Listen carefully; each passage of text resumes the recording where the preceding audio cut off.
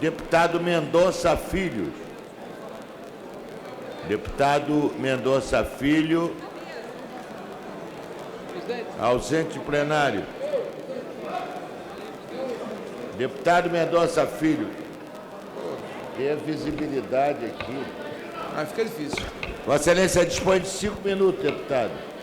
Senhor presidente, senhoras e senhores deputados, eu vou pedir permissão ao plenário para abordar logo mais o tema Marco Civil da Internet, porque ainda existe um requerimento de nossa autoria e nós teremos a oportunidade de nos pronunciarmos a respeito do tema que é o principal em debate na Câmara dos Deputados na noite de hoje. No entanto, eu acho relevante que possa trazer à tribuna da Casa uma declaração que foi dada pelo presidente Lula à empresa de comunicação Reuters, que tinha a seguinte manchete: Lula diz que grau de investimento declara Brasil como país sério. E eu vou ler a declaração do ex-presidente Lula. Se a gente for traduzir isso para uma linguagem que os brasileiros entendam, o Brasil foi declarado um país sério, que tem políticas sérias, que cuida das suas finanças com seriedade, e com isso passamos a ser merecedores da confiança internacional, afirmou antes do discurso o então presidente Lula, no dia 30/4 de 2008. O ministro atual da Fazenda, Guido Mantega, também para Reuters, declarou o seguinte, no dia 30/4 de 2008, o Brasil entrou para o grupo dos países respeitados e que têm economias sólidas, nesta quarta-feira, após ter recebido o grau de investimento, segundo o ministro da Fazenda, Guido Mantega. Depois, ao valor econômico, o atual ministro da Fazenda, e à época também ministro, no dia 17/11 de 2011, após a elevação do grau de investimento por parte de uma agência chamada Standard & Poor's, declarou o seguinte, o ministro Guido Mantega: é um reconhecimento de que a política econômica encontra-se na direção correta e de que são sólidos os fundamentos macroeconômicos do país, disse o ministro Guido Mantega. Eu acho engraçado, presidente, que o ministro da Fazenda elogia e sai aí espalhando boa notícia quando a Standard & Poor's eleva o grau de investimento do Brasil. Quando reduz, por conta da falta de credibilidade da política econômica, ele questiona a credibilidade da agência de classificação de risco. É aquela história, são 2 pesos e 2 medidas. Ele não tem uma medida única, ele não tem uma régua única para medir as agências de classificação e risco. É só conveniência.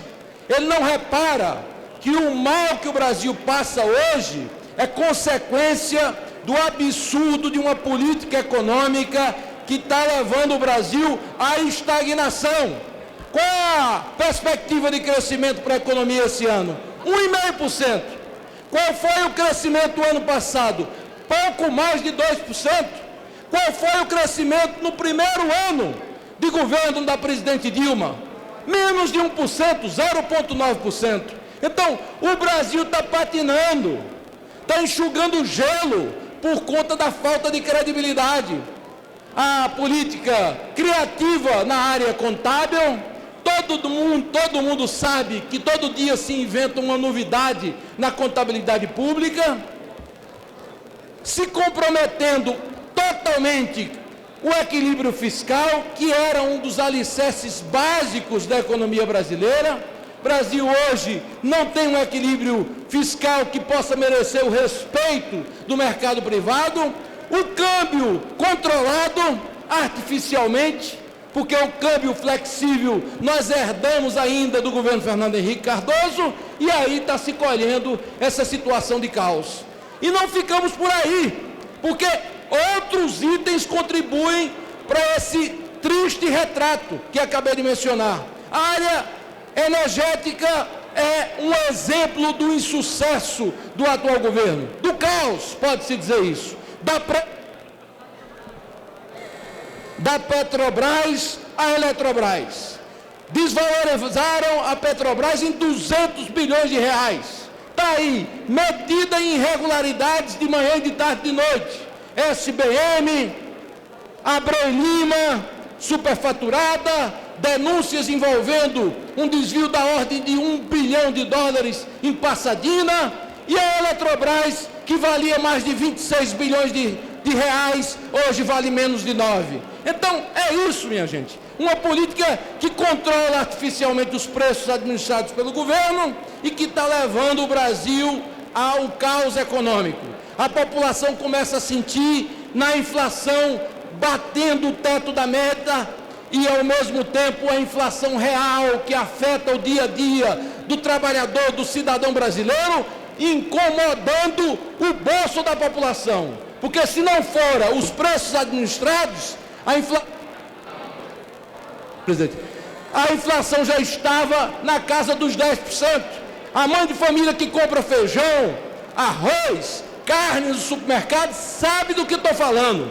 O pai de família que tem uma casa alugada e que tem serviços no dia a dia de consumo de um cidadão trabalhador sabe do que eu estou falando. E, infelizmente, a presidente insiste em se manter numa postura autossuficiente, arrogante, ao ponto de nem mesmo a própria bancada do PT hoje mais tolerar e aceitar essa postura imperial de Sua Excelência, a Presidente da República, Dilma Rousseff. Outrora, a grande gerente, a competentíssima gerente, hoje consagrada como a governante que levou o Brasil à estagnação e a uma situação absolutamente crítica.